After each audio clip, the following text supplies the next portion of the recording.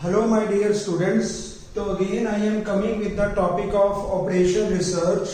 जैसा मैंने कहा था, I have taken the full subject of operation research and I am going to discuss all the important techniques given by the OR. Operation research की जो भी important techniques होंगी हम उनके बारे में न्यूमेरिकल भी करेंगे और उनका हम डिस्कशन करेंगे, उनकी प्रॉब्लम को सॉल्व किया जाएगा. So let us first of all discuss the techniques given by operation research. In the last lecture I have discussed brief introduction of OR. Last में हमने किया था ब्रीफ इंट्रोडक्शन OR का डिस्कशन किया था और उसके हमने कुछ फीचर्स हमने डिस्कस किए थे. जैसे हमने कहा था in the features it is scientific based, it is system oriented. हमारा जो OR है जिसको हम ऑपरेशन रिसर्च कहते हैं that is the system oriented. System oriented means we have to first locate the problem. सबसे पहले हमें प्रॉब्लम को लोकेट करना होता है. Then we have to find the optimum solution. When we are talking about optimum that will be of minimum cost. Minimum cost solution without having any side effects on other determinants. हमारी organisation में और जितने भी variable होंगे वहां पे उसका कोई भी साइड इफेक्ट नहीं होगा and we shall be having maximum best possible answer that is known as optimum solution. क्योंकि ऑपरेशन रिसर्च में हम ऑप्टिमम सॉल्यूशन की कैलकुलेशन करते हैं. तो सबसे पहले मैं अब इसमें क्लियर करना चाहता हूं टेक्निक्स. अब हम टेक्निक्स ऑफ ऑपरेशन रिसर्च की डिस्कशन करेंगे. Then I have to go with the linear programming problems. तो मेरा ये टॉपिक आज का स्टार्ट होगा जिसको हम करेंगे linear programming problems. That is the basic most important topic of operation research. तो सबसे पहले हम टेक्निक्स में डिस्कशन करना चाहेंगे. Techniques means what is the contribution of operation research. Operation research का कंट्रीब्यूशन क्या है, how calculation of answers are there in operation research. हमारी ऑपरेशन रिसर्च में आंसर और सॉल्यूशन कैसे कैलकुलेट किए जाते हैं. तो सबसे पहले हम लेते हैं टेक्निक्स. टेक्निक्स में नंबर 1 बेसिक टेक्निक होती है जिसको हम कहते हैं लीनियर प्रोग्रामिंग प्रॉब्लम्स और टेक्निक. अब linear programming problem is relevant for decision variables. हमारे पास डिसीजन वेरिएबल अवेलेबल हो सकते हैं कंसर्न में जो हमारे प्रॉफिट को मैक्सिमाइज करेंगे और कॉस्ट को मिनिमाइज करेंगे. सबसे पहले जब भी हमें लीनियर प्रोग्रामिंग का डिस्कशन करना हो first of all we have to derive the objective function. हमें अपनी कंसर्न में ऑब्जेक्टिव फंक्शन को लोकेट करना होता है. Whether we want to minimize the cost और मैक्सिमाइज द प्रॉफिट. क्या हम प्रॉफिट को मैक्सिमाइज करना चाहते हैं और कॉस्ट को मिनिमाइज करना चाहते हैं. तो we have to go with the objective. हमें अपने ऑब्जेक्टिव को अचीव करना होता है but there are certain resources available in the concern and with the available resources जो हमारे कंसर्न में रिसोर्सेज अवेलेबल हैं that may be time availability, that may be material availability, that may be labour availability. With that resources we have to achieve the objective. जो भी हमारे objective होते हैं उनको हमें अचीव करना होता है with the available scarce resources. तो सबसे पहले हम लीनियर प्रोग्रामिंग लेंगे और लीनियर प्रोग्रामिंग का मेन ऑब्जेक्टिव होगा to optimize the given objective. कोई भी अगर हमने ऑब्जेक्टिव डेवलप किया है that may be maximization of profit और मिनिमाइजेशन ऑफ कॉस्ट, उसको हमें ऑप्टिमाइज करना होगा, उसका हमें आंसर गेन करना होगा in the maximization of profit. और ये हमें करना होगा with the allocated scarce resources. अब हमारे पास डिटेल्ड इंफॉर्मेशन होगी जिससे हम अपने रिसोर्सेज को डेवलप करेंगे. That may be available raw material, that may be labour, that में बी कॉस्ट ऑफ इन्वेस्टमेंट। जो भी हमारे इन्वेस्टमेंट रिसोर्सेज होंगे उनके द्वारा हमें अपने ऑब्जेक्टिव को अचीव करना होता है। It means there may be 2 types of decision variable, there may be 3 types of decision variable. तो हम डिसीजन वेरिएबल की हेल्प से अपने ऑब्जेक्टिव को मैक्सिमाइजेशन ऑफ प्रॉफिट करते हैं और मिनिमाइजेशन ऑफ कॉस्ट करते हैं। तो linear programming means there is relationship of variables to achieve the objective. तो यहाँ पे हमें इक्वेशन बनानी होती है and we have to gain the optimum answer, और हमें यहाँ पे ऑप्टिमम आंसर को लेना होता है, कैलकुलेट करना होता है। So that is the linear programming problems. तो ये हम सबसे पहला जो टेक्निक होगी दैट इज द कैलकुलेशन और going with the linear programming problems, जिनको हम कहते हैं एलपीपी। तो यहाँ पे हम ऑब्जेक्टिव फंक्शन बनाते हैं, कंस्ट्रेंट्स बनाते हैं, then we have to solve the LPP. That may be done by graphical method, हम ग्राफिकल मेथड भी करेंगे, सिंपलेक्स मेथड होता है। तो यहाँ पे हम जो भी आंसर लेते हैं that will be optimum answer. So it is a technique to give the optimum answer to the user. वो ओआर ने ये टेक्निक ली है ताकि हमारे यूजर को ऑप्टिमम आंसर मिले। तो इसको हम कहते हैं लीनियर प्रोग्रामिंग प्रॉब्लम्स। तो सबसे पहले कई बार हमें फॉर्मुलेशन ऑफ इक्वेशन भी करना होता है। I shall discuss in detail in my coming lectures. तो यहाँ पे सबसे पहले हम फॉर्मुलेशन ऑफ इक्वेशंस करेंगे, then I have to go with the graphic method, then I have to solve with the simplex method. तो कई हमारी टेक्निक्स होती हैं लीनियर प्रोग्रामिंग में। तो पहली टेक्निक हमें लीनियर प्रोग्रामिंग मिलती है ताकि अपने ऑब्जेक्टिव को हम ऑप्टिमाइज कर सकें। तो ऑब्जेक्टिव पहले हमें डिसाइड करना होगा according to the situation of the organisation. अब हमें कंसर्न की प्रॉब्लम देखनी होगी, ऑर्गेनाइजेशन की प्रॉब्लम को हम चेक करेंगे, चाहे वो ऑब्जेक्टिव मैक्सिमाइजेशन ऑफ प्रॉफिट का भी हो सकता है और मिनिमाइजेशन ऑफ कॉस्ट का भी हो सकता है। Then we have to derive the constraints. फिर हमें उसकी सिचुएशन और according to information I have to derive the constraints. तब हमें कंस्ट्रेंट्स की इक्वेशन बनानी होती है, then we have to go with the optimum answer. तो नंबर 1 हमारा बिलोंग करेगा लीनियर प्रोग्रामिंग, जो हम डिटेल्ड एनालिसिस में करने वाले हैं इन द कमिंग लेक्चर्स। उसके बाद सेकंड हमारी प्रॉब्लम होती है असाइनमेंट प्रॉब्लम। तो असाइनमेंट प्रॉब्लम भी हमारी लिमिटेड रिसोर्सेज को एलोकेट किया जाता है so that we can get the maximum profitability, maximum return और मिनिमम कॉस्ट और मिनिमम टाइम। तो यहाँ पे वही होगा assignment, how to assign the job to various persons. यहाँ पे मैनेजर ये चेक करेगा कि अपने पर्संस को हम जॉब कैसे असाइन करें ताकि हमारी मैनेजमेंट की कॉस्ट मिनिमम हो और टाइम भी हमारा मिनिमम हो और सेल्स और revenue that should be maximum.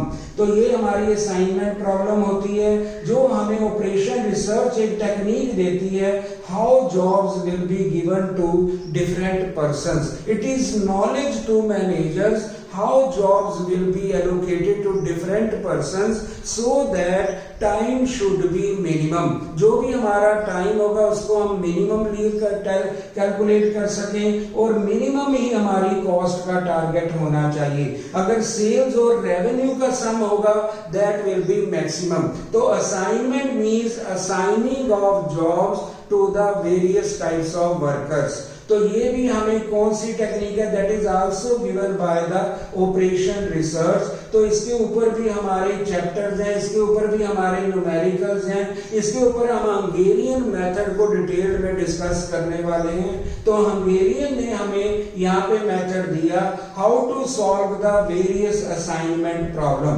तो यहाँ पे कई तरह की असाइनमेंट प्रॉब्लम होगी। कई बार हमें मैट्रिक्स बनानी पड़ेगी, कई बार हमें मैट्रिसेस गिवन होगी और हमें कॉस्ट को मिनिमाइज करना होगा, टाइम को मिनिमाइज करना होगा, प्रॉफिट को मैक्सिमाइज करना होगा, सेल को मैक्सिमाइज करना होगा, आउटपुट को मैक्सिमाइज करना होगा, एफिशिएंसी को मैक्सिमाइज करना होगा। तो all the targets, all the relevant sum we have to do in this chapter. तो यहाँ पे हम ऑल द इंपॉर्टेंट सम करेंगे। तो ये हमारी टेक्निक होती है that is given by the operation research, that is known as assignment problem.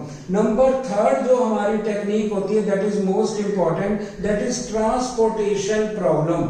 So it is the transportation problem regarding supply of goods from one place to the other according to their demands। तो हम यहाँ पे supply को achieve करते हैं according to the demand from various places।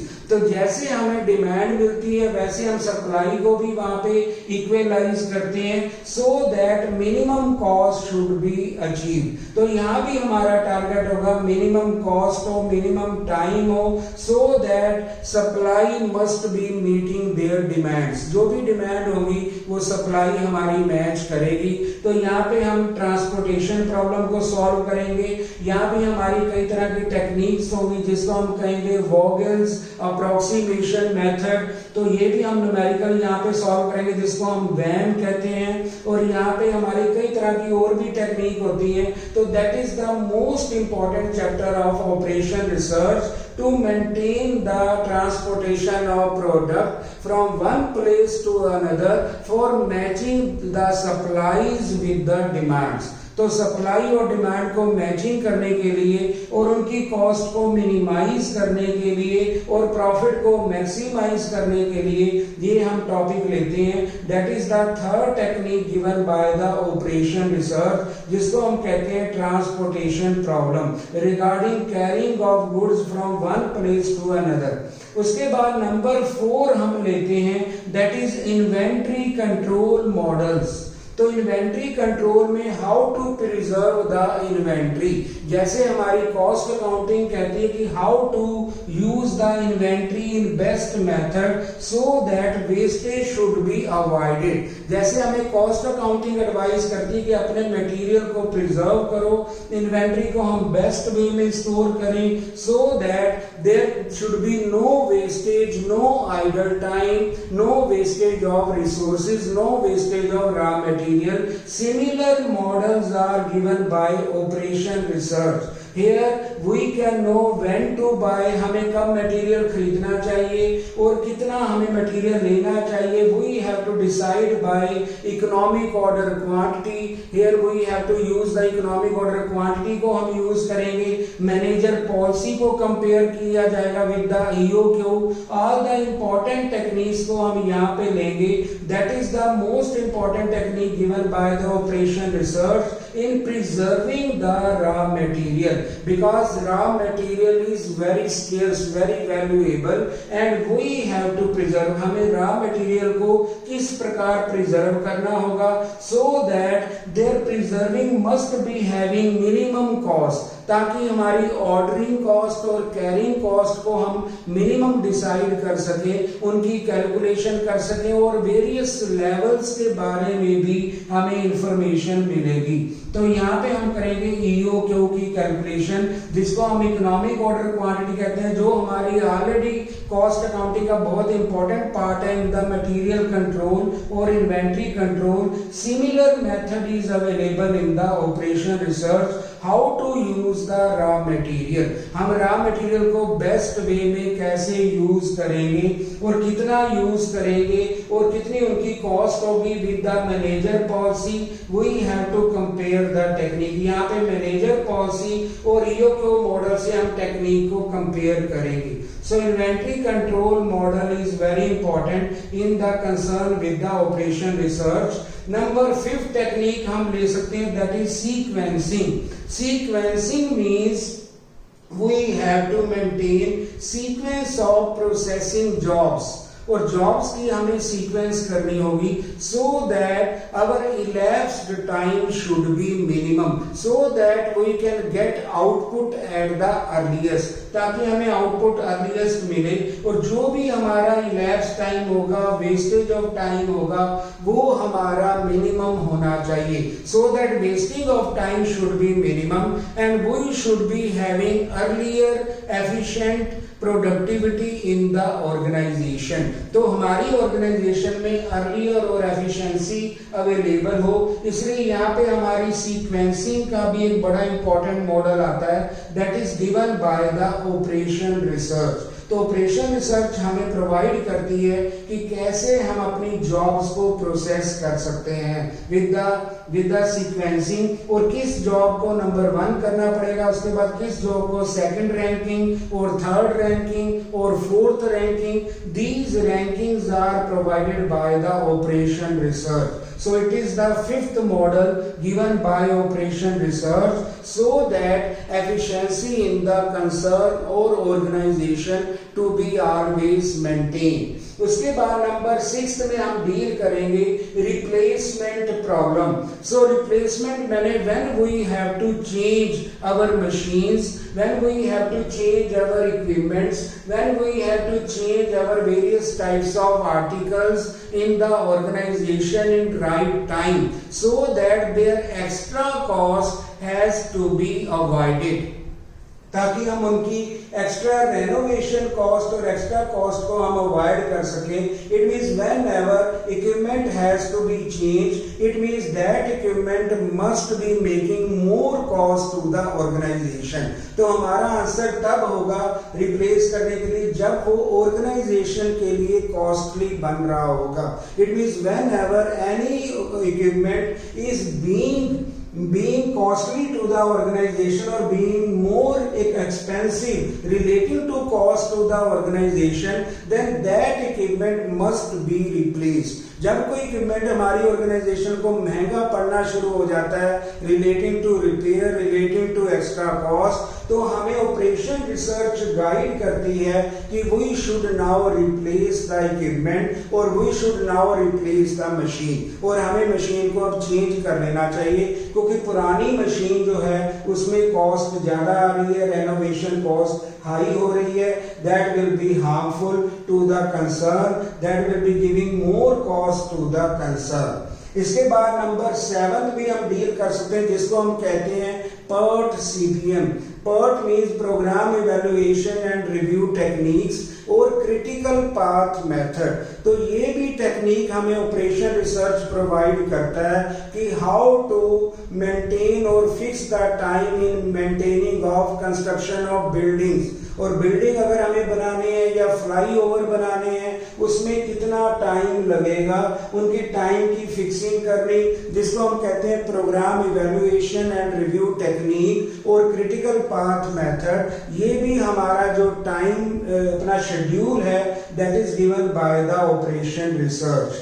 तो in the most of the cases we have to discuss individually. हम हर टॉपिक के बारे में इन द ऑपरेशन रिसर्च में डिटेल डील करना चाहते हैं. तो सबसे पहले हम एलपीपी में डील करेंगे, हाउ उनकी इक्वेशन कैसे बनाई जाती है, how equations are formed when description is given. जब उनकी डिस्क्रिप्शन गिवन होती तो हम इक्वेशन कैसे बनाते हैं, how LPP equations are solved by graphically, by simplex, by two phase simplex. तो ये भी हम स्टडी करना चाहते हैं. Then we have to go with the assignment problem कि असाइनमेंट में हम किस तरह से सॉल्व कर सकते हैं.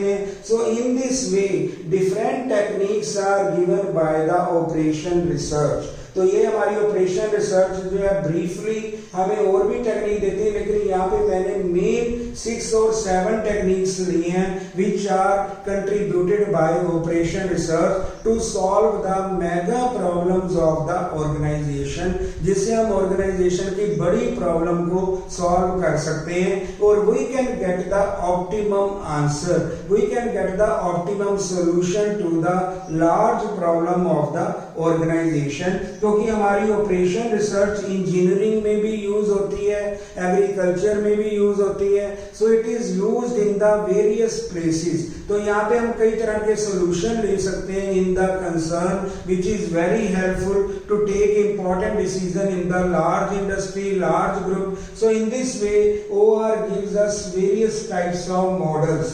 अब नंबर 1 जो मॉडल है मैं उसका डिस्कशन करने वाला हूं। सो it is the most important introduction जिसके हम बेसिक डिटर्मिनेंट्स क्लियर करना चाहते हैं, डिस्कस करना चाहते हैं, that is related to linear programming problems. अब नंबर 1 हम यहाँ पे ले रहे हैं जिसको हम कहते हैं LPP, that is the basic need of the operation research, basic model of the operation research. तो जब हम लीनियर प्रोग्रामिंग प्रॉब्लम्स की बात कहेंगे तो वहां पे 2 और 3 there are basic determinants, basic features जिनके बारे में हमें क्लियर होना चाहिए।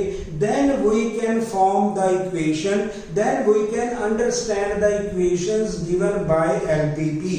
कई सम में हमें इक्वेशंस गिवन होती हैं और कई सम में हमें डिस्क्रिप्शन गिवन होती है। First of all we have to formulate the equations. तो सबसे पहले हम LPP के कुछ फीचर्स के बारे में डिस्कशन में आना चाहते हैं। What are important determinants? Number 1 important basic determinant is objective function. जब भी हम LPP का सम करने वाले हैं, जब भी हमें क्वेश्चन गिवन होगा, first of all we have to decide the objective function.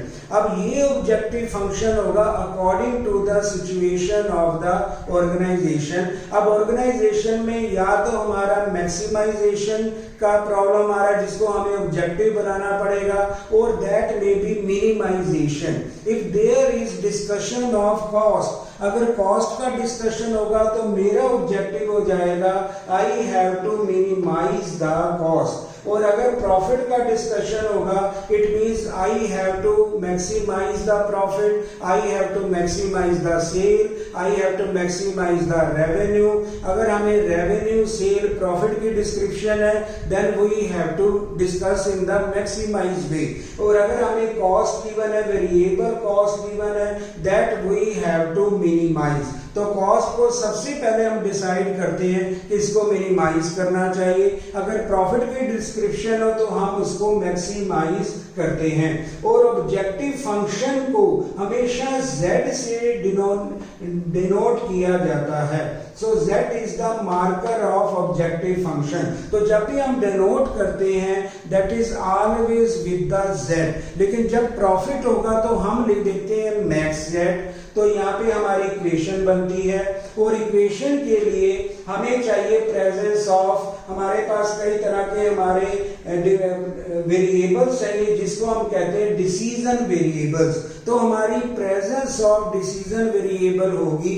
With that presence of decision variable we can maintain the objective. हमारे पास वेरिएबल होंगे, वेरिएबल किसी भी फॉर्म में हो सकते हैं, 2 प्रोडक्ट और 3 प्रोडक्ट हो सकते हैं। जब हमने उनका एडिशन किया और हम उनके प्रॉफिट को मैक्सिमाइज करना चाहते हैं तो that will be my objective, that will B max Z, और हम वो इक्वेशन को मेंशन करेंगे। फॉर एग्जांपल हम कर सकते हैं max Z x1 plus x2 plus x3, that will be my profitable, that will be my profitability constraint. तो अगर प्रॉफिटेबिलिटी का पॉइंट होगा तो हम मैक्सिमाइज करेंगे, अगर कॉस्ट होगा तो उसको हम मिनिमाइज करेंगे, that will be written as min Z। अगर कॉस्ट का पॉइंट होगा that will be min Z, and there should be presence of variables. Variables means there should be presence of articles जिनके base में हम profitability को achieve करना चाहते हैं और कॉस्ट को मिनिमाइज करना चाहते हैं। तो यहाँ पे सबसे पहले हमें ऑब्जेक्टिव फंक्शन बनाना होगा with the help of decision variables. Variables means articles will be given, तो उनके बेस में हम इक्वेशन डिराइव करेंगे। प्रॉफिट के केस में हमारा मैक्स Z बनेगा इक्वेशन, अगर कॉस्ट होगी तो that will be min Z। अगर सेकंड हमारा पॉइंट होगा ऑब्जेक्टिव फंक्शन बनाने के बाद सेकंड हमारी इक्वेशन में होगा there shall be various constraints और रिस्ट्रिक्शंस। तो यहाँ पे हमें ऑब्जेक्टिव को मैक्सिमाइज करना होगा, प्रॉफिट्स को हम मैक्सिमाइज करेंगे with the availability of constraints. अब कंस्ट्रेंट्स भी हमें गिवन होंगे, that constraint may be of raw material. हमारी ऑर्गेनाइजेशन में रॉ मटेरियल का कंस्ट्रेंट हो सकता है, आवर्स का टाइम का कंस्ट्रेंट हो सकता है, लेबर का कंस्ट्रेंट हो सकता है, मटेरियल का कंस्ट्रेंट हो सकता है, different constraints may be there. So it means we have to maximize, we have to achieve the objective with the availability of scarce resources। जो scarce resources हैं, these are our constraints। अब इनकी भी हमें description given होती है कि हमारे आवर्स कितने लगते हैं, हमारी प्रोडक्शन में कितने आवर्स कंज्यूम होते हैं और मैक्सिमम आवर्स हमारे पास कितने अवेलेबल हैं। तो यहाँ पे हम वेरिएबल के हिसाब से, उसके मेजरमेंट के हिसाब से अपनी इक्वेशन बनाते हैं। अब यहाँ पे टाइम का भी कंस्ट्रेंट हो सकता है, रॉ मटेरियल का भी कंस्ट्रेंट हो सकता है और हमारे पास मैन पावर का भी कंस्ट्रेंट हो सकता है। सो यहाँ पे with the help of constraints जो हमारी नेक्स्ट इक्वेशंस होगी वो हम प्रिपेयर करेंगे, डिराइव करेंगे, then we have to achieve the objective. तो इसका मतलब लीनियर प्रोग्रामिंग में सबसे ऊपर हमारे पास होता है ऑब्जेक्टिव, दैट में बी मीन सेट और मैक्स सेट, प्रॉफिट के लिए मैक्स सेट, कॉस्ट के लिए मीन सेट, और यहाँ पे हमारे कंस्ट्रेंट्स होंगे। कंस्ट्रेंट हमारे अलग अलग डिस्क्रिप्शन बताएंगे, टोटल मैन पावर कितनी अवेलेबल है और हमें अलग अलग मैन पावर की डिस्क्रिप्शन होगी। तो हमें कंस्ट्रेंट्स यहाँ पे डेवलप करने होंगे and we have to develop the various equations constraints। that will be second part। number 1 part objective function, second part is presence of constraint। number C यानी third part, that is non negativity constraints। अब जो हमारे पास resources हैं, these are always in non negativity constraints। it means in the last of equation we have to write where x1 first objective, for example first variable, or x2 is always greater or equal to 0। ये हम equation के बाद mention करते हैं। इसका मतलब जो भी हमारे पास डिसीजन वेरिएबल हैं, these are non negative, मतलब ये नेगेटिव नहीं है, ये जीरो हो सकते हैं, but these are always zero और ग्रेटर देन जीरो। तो ये हम मानते हैं जो भी हमारे कंस्ट्रेंट होंगे वो नेगेटिव नहीं होंगे, वो पॉजिटिव ही होंगे। जो भी हमारा रॉ मटेरियल होगा, चेयर होगी, टेबल होगी, रॉ मटेरियल होगा, तो that will be always zero, या तो जीरो होगा और ग्रेटर देन जीरो होगा। ये कभी भी नेगेटिव नहीं होता। ये हमारी थर्ड कंडीशन होती है, थर्ड रूल होता है in the case of linear programming problems. तो नंबर 1 हम ऑब्जेक्टिव बनाते हैं, फिर हम कंस्ट्रेंट को डिराइव करते हैं अकॉर्डिंग टू सिचुएशन, जैसे हमें हिस्ट्री गिवन है ऑर्गेनाइजेशन की। थर्ड हम बनाते हैं नॉन नेगेटिविटी कंस्ट्रेंट्स। तो जो भी हमारे कंस्ट्रेंट्स होंगे वो ऑलवेज नॉन नेगेटिव होंगे, जो जीरो हो सकते हैं, but these will be zero और greater than zero. Number 4th part होगा, that is the rule of linear programming, that is additivity.